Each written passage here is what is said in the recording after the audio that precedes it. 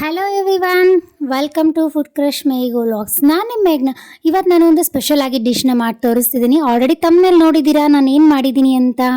Fried rice ತುಂಬ ಟೇಸ್ಟಿಯಾಗಿರುತ್ತೆ, ತುಂಬ ಕ್ವಿಕ್ಕಾಗೂ ಮಾಡ್ಬೋದು. ರೈಸ್ ರೆಡಿ ಇತ್ತಂದರೆ, ಹಾಗೆ ಮಕ್ಕಳೆಲ್ಲ ತರಕಾರಿ ತಿನ್ನೋದಕ್ಕೆ ಇದೊಂದು ಬೆಸ್ಟ್ ಡಿಶ್ ಅಂತಲೇ ಹೇಳ್ಬೋದು. ಮಾರ್ನಿಂಗ್ ಬ್ರೇಕ್ಫಾಸ್ಟ್ ಆಗಲಿ ಮತ್ತು ಲಂಚಿಗಾಗಲಿ ತುಂಬಾ ರುಚಿಯಾಗಿರುತ್ತೆ. ಸೊ ಇದಕ್ಕೆಲ್ಲ ಏನೆಲ್ಲ ಬೇಕು ತರಕಾರಿ ಅಂದರೆ ಬೀನ್ಸು, ಕ್ಯಾರೆಟು, ಕ್ಯಾಪ್ಸಿಕಮ್, ಈರುಳ್ಳಿ, ಹಸಿಮೆಣಸಿನ್ಕಾಯಿ ಮತ್ತು ಸಾಸಿವೆ, ಜೀರಿಗೆ, ಕರಿಬೇವು, ಮೆಣಸಿನ ಪುಡಿ, ಚಿಲ್ಲಿ ಸಾಸ್, ಸೋಯಾ ಸಾಸ್ನ ಮತ್ತು ರೆಡ್ ಚಿಲ್ಲಿ ಸಾಸ್ನ ಎರಡನ್ನೂ ಒಂದೇ ಸಣ್ಣ ಬೌಲಲ್ಲಿ ಆಲ್ರೆಡಿ ರೆಡಿ ಮಾಡಿಟ್ಕೊಂಡ್ಬಿಟ್ಟಿದ್ದೀನಿ. ತುಂಬಾ ರುಚಿಯಾಗಿ ಮಾಡ್ಬೋದು. ನಾನೇನು ಮಾಡ್ತೀನಿ, ಸಂತೆಯಲ್ಲಿ ತಂದಾಗ ಫಸ್ಟ್ ಮಾಡ್ಕೊಳ್ಳೋದೆ ವೆಜಿಟೇಬಲ್ ಕುರ್ಮಾ ಮತ್ತು ಫ್ರೈಡ್ ರೈಸ್. ಯಾಕಂದರೆ ತುಂಬ ಫ್ರೆಶ್ ಆಗಿದ್ದಾಗ ತುಂಬ ಚೆನ್ನಾಗಿರುತ್ತೆ. ಸೊ ಹಾಗಾಗಿ ನಾನೇನು ಮಾಡ್ತೀನಿ, ಫಸ್ಟ್ ಇವನ್ನೆರಡನ್ನೂ ಮಾಡ್ಕೊಂಡ್ಬಿಟ್ಟಿರ್ತೀನಿ. ತರಕಾರಿಗಳೆಲ್ಲ ಎಲ್ಲನೂ ಒಂದೊಂದು ಥರ ಸಿಗುತ್ತಲ್ವಾ. ಸೊ ಹಾಗಾಗಿ ನಾನು ಇದನ್ನು ಮಾಡ್ಕೊಂಡ್ಬಿಡ್ತೀನಿ. ನಾನು ಮಾಡ್ತಿರೋದು 5 to 6 ಮೆಂಬರ್ಸಿಗೆ ಮಾಡ್ತಿದ್ದೀನಿ.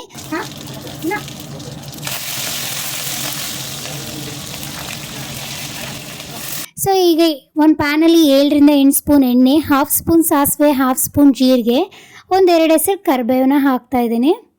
ಸಾಸಿವೆ ಎಲ್ಲ ಸ್ವಲ್ಪ ಚಟಪಟ ಸಿಡಿದ ಮೇಲೆ ಈಗ ಒಗ್ಗರಣೆಗೆ ತರಕಾರಿಗಳನ್ನು ಹಾಕ್ಕೋಬೇಕು.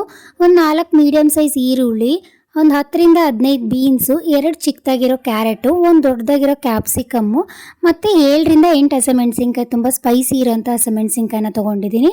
ಹಾಗೆ ರುಚಿಗೆ ತಕ್ಕಷ್ಟು ಉಪ್ಪನ್ನ ಹಾಕ್ಕೋಬೇಕು. ಉಪ್ಪನ್ನ ಹಾಕಿದರೆ ಸ್ವಲ್ಪ ಜಲ್ದಿ ಬೇಯುತ್ತೆ ಅಂತ ಅದಕ್ಕೋಸ್ಕರ ನಾವು ಉಪ್ಪನ್ನ ಬೇಗ ಹಾಕೋತೀವಿ. ಸ್ವಲ್ಪ ಎಣ್ಣೆಯಲ್ಲೆಲ್ಲ ಚೆನ್ನಾಗಿ ಮಾಗಡಿಸ್ಕೋಬೇಕು ತರಕಾರಿಗಳನ್ನೆಲ್ಲ. ಮಾಗಡಿಸಿದಷ್ಟು ರುಚಿ ಜಾಸ್ತಿ ಇರುತ್ತೆ. ಈಗ ಸ್ವಲ್ಪ ಮೆಣಸಿನ ಪುಡಿನ ಹಾಕ್ತಾಯಿದ್ದೀನಿ, ಸ್ವಲ್ಪ ಸ್ಪೈಸಿ ಇರಲಿ ಅಂತ. ಅದರ ಜೊತೆಗೆ ಮೆಣಸಿನ ಪೌಡ್ರ್ ಫ್ಲೇವರ್ ತುಂಬ ಚೆನ್ನಾಗಿ ಕೊಡುತ್ತೆ. ಹಾಗೆ ಸೋಯಾ ಸಾಸು, ರೆಡ್ ಚಿಲ್ಲಿ ಸಾಸ್ನ ಒಂದೇ ಬೌಲಲ್ಲಿ ಹಾಕ್ಕೊಂಡಿರೋದ್ರಿಂದ ಅದನ್ನು ಹಾಕ್ಕೊಂಡ್ಬಿಟ್ಟು, ಹಾಗೆ ಇದು ಗ್ರೀನ್ ಚಿಲ್ಲಿ ಸಾಸ್ನ ಹಾಕ್ಕೋತಾ ಇದ್ದೀನಿ.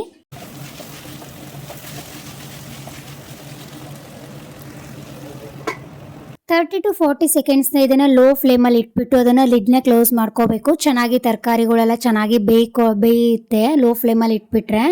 ಸೊ ಆಮೇಲೆ ಅದನ್ನು ಗ್ಲಾಸ್ನ ಆಫ್ ಮಾಡ್ಕೊಂಡ್ಬಿಟ್ಟು, ಆಲ್ರೆಡಿ ನಾನು 2 ಕಪ್ನ ರೈಸ್ನ ಮಾಡ್ಕೊಂಡಿದ್ದೆ ಮುಂಚೆನೇ. ಒಗ್ಗರಣೆ ಹಾಕೋಕ್ಕೂ ಮುಂಚೆನೇ ನಾನು ರೈಸ್ನ ಇಟ್ಬಿಟ್ಟು, ಸೊ ಆಲ್ರೆಡಿ ರೈಸ್ ರೆಡಿ ಇರೋದ್ರಿಂದ, ಸೊ ಒಗ್ಗರಣೆ ರೆಡಿ ಆಗಿರೋದ್ರಿಂದ ಹಾಗೆ ಕಲಿಸ್ಕೊಂಡೆ. ತುಂಬ ಚೆನ್ನಾಗಿತ್ತು. ಮತ್ತು ಮಾರ್ನಿಂಗ್ ಬ್ರೇಕ್ಫಾಸ್ಟ್ ಆಗಲಿ ಲಂಚಿಗಾಗಲಿ ಚೆನ್ನಾಗಿರುತ್ತೆ. ಇದೊಂಥರ ಫ್ರೈಡ್ ರೈಸ್ ಮಾಡ್ಕೊಳ್ಳೋದು, ತರಕಾರಿ ತುಂಬ ಫ್ರೆಶ್ ಆಗಿದ್ದಾಗ. ನಾನು ಸಂತೆಯಿಂದ ತರಕಾರಿಗಳು ತಂದಾಗ ಫಸ್ಟ್ ಮಾಡೋದೇ ಫ್ರೈಡ್ ರೈಸ್ ಮತ್ತು ವೆಜಿಟೇಬಲ್ ಕುರ್ಮಾನ ಮಾಡ್ಕೊಂಡ್ಬಿಟ್ಟಿರ್ತೀನಿ. ಚೆನ್ನಾಗಿರುತ್ತೆ ಅಂತ ಫ್ರೆಶ್ ಆಗಿದ್ದಾಗ ಫ್ರೈಡ್ ರೈಸ್ನ ಮಾಡಿಕೊಂಡಾಗ. ಮಕ್ಕಳಿಗೆಲ್ಲ ಇದನ್ನು ಫ್ರೈಡ್ ರೈಸ್ ಮಾಡುವಾಗ ಸ್ವಲ್ಪ ಸ್ಪೈಸಿನ ಕಡಿಮೆ ಹಾಕಬೇಕು. ನಾನು ಮೆಣಸಿನ ಪುಡಿ ಆಗಲಿ, ಚಿಲ್ಲಿ ಸಾಸ್ ಆಗಲಿ, ಹಸಿಮೆಣಸಿನ್ಕಾಯಿ ಎಲ್ಲ ತುಂಬ ಸ್ಪೈಸಿಯಾಗಿ ಮಾಡ್ಕೊಂಡ್ಬಿಟ್ಟಿದ್ದೆ. ಯಾಕಂದರೆ ಈಗ ಥಂಡಿ ಇರೋದ್ರಿಂದ ತುಂಬ ಸ್ಪೈಸಿಯಾಗಿ ತಿನ್ನಬೇಕು ಅಂತ ಅನಿಸಿರುತ್ತಲ್ವ. ಸೊ ಹಾಗಾಗಿ ನಾನು ಸ್ವಲ್ಪ ಜಾಸ್ತಿನೇ ಸ್ಪೈಸಿ ಹಾಕ್ಕೊಂಡು ತಿಂತಾಯಿದ್ದೆ. ತುಂಬ ರುಚಿಯಾಗಿತ್ತು. ನೀವು ಒಂದ್ಸಲ ಮನೇಲಿ ಟ್ರೈ ಮಾಡಿ ನೋಡಿ.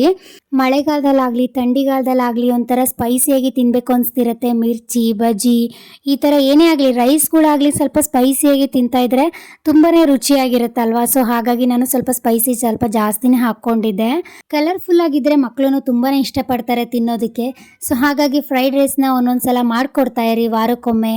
ಸೊ ಈ ವಿಡಿಯೋ ಇಷ್ಟ ಆದರೆ ಲೈಕ್ ಮಾಡಿ, ಶೇರ್ ಮಾಡಿ, ಕಮೆಂಟ್ ಮಾಡಿ. ಫಸ್ಟೇ ನನ್ನ ಚಾನಲ್ನ ನೋಡ್ತಾ ಇದ್ದರೆ ಸಬ್ಸ್ಕ್ರೈಬ್ ಆಗಿ, ಹಾಗೆ ಸಪೋರ್ಟ್ ಮಾಡಿ. Thank you all.